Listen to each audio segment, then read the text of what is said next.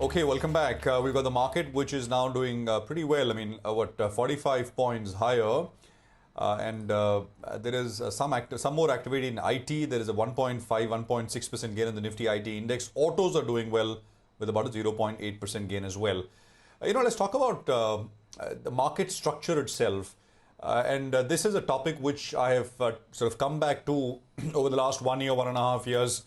When it was in the proposal stage, then when it was starting to get implemented, and now, of course, we are in the midst of all of it. I'm talking about peak margin requirements, which SEBI has mandated brokers to collect. Rajesh Baheti is Managing Director at Trustees Capital Services and Director at ANMI. He joins us to discuss this a little bit more. ANMI, which is the top body for brokers in India, has written to SEBI, the market regulator, asking them to reconsider the peak margin requirements which have been imposed. Remember, from the 1st of June, upfront peak margins which have to be collected go up to 75% of the traded value. 75% peak margin. Right now it stands at 50%, and then eventually it'll go up to a full 100% upfront margin. Rajesh, thanks very much. Can you briefly and simply tell our viewers what exactly are you saying? What are the brokers saying? Why do you want SEBI to reconsider this? Yeah, so let's first understand the difference between peak margin and end of day margin. Now, peak margin is a margin that you will have at any given point in the day. It could be because you've taken some extra positions for the day, which you will square up by the evening. End of day margin are those margins that you've taken for trades that last beyond the day, and they're kind of positional trades. Now, the difference between the peak margin and end of day margin is simply the day trading that takes place in markets. And globally, all of us know that about 80 to 85% of all trading in the markets is usually day trading. Day traders provide liquidity to the market, and their entire scope of trade, the period that they want to be in the trade, is very, very low. So the peak margin that we are proposing to levy is actually the same margin that we levy on an end of day trade, which is the strictest in the world in India. We revised it last year from 3.5 sigma volatility to 6 sigma. We cover 2-day period of risk, and we're the only country in the world that levies a beyond 2-day risk in the name of ELM. So our risk management is based on a trade that could last for days, weeks, or months. But we're now trying to levy the same margin for an intraday trade.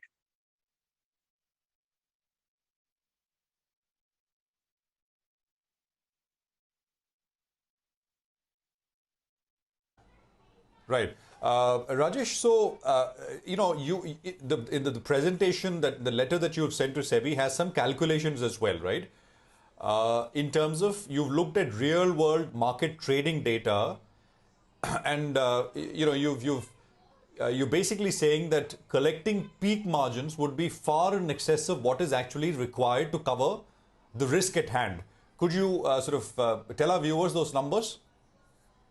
Yeah, so when you levy the margins, the way margins are calculated today by the NSE, it covers a 2-day period of risk.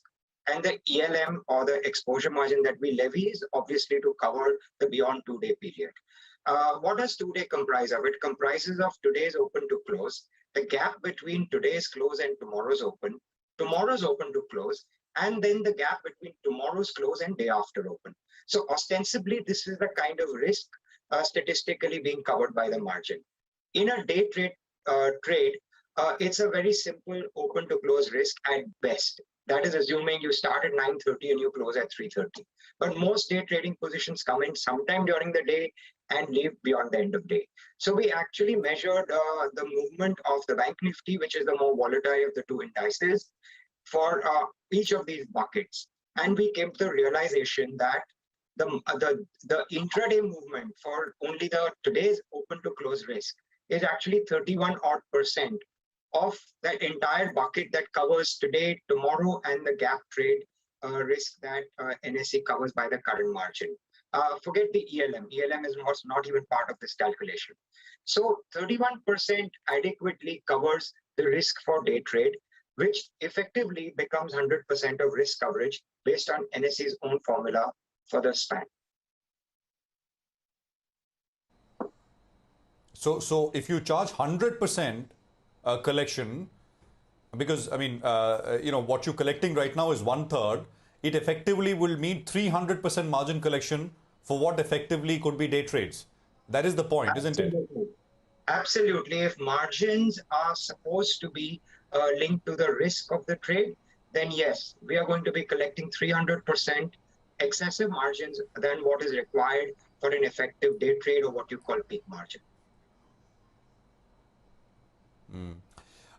Just tell us, Rajesh, what is if this were to be implemented in the current form, and I think what September we go up to 100%, 1st of September, 100% peak margin collection.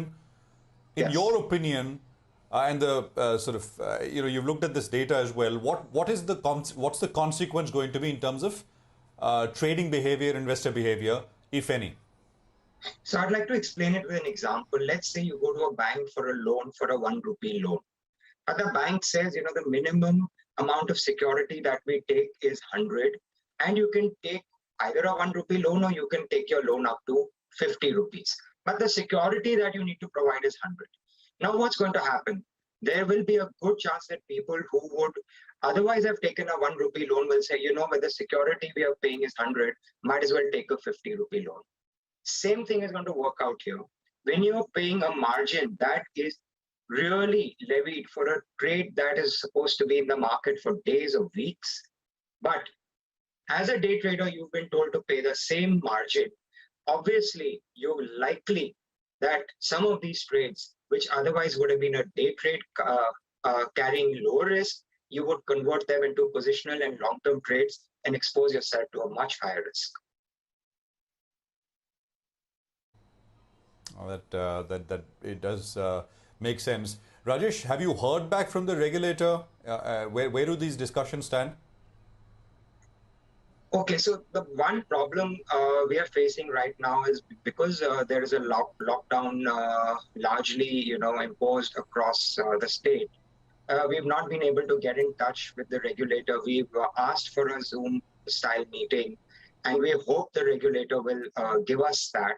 But one more thing I wanted to say is that the way the regulations are currently designed, let's say even if we were to try and collect 100%, it would now be impossible to comply with these regulations.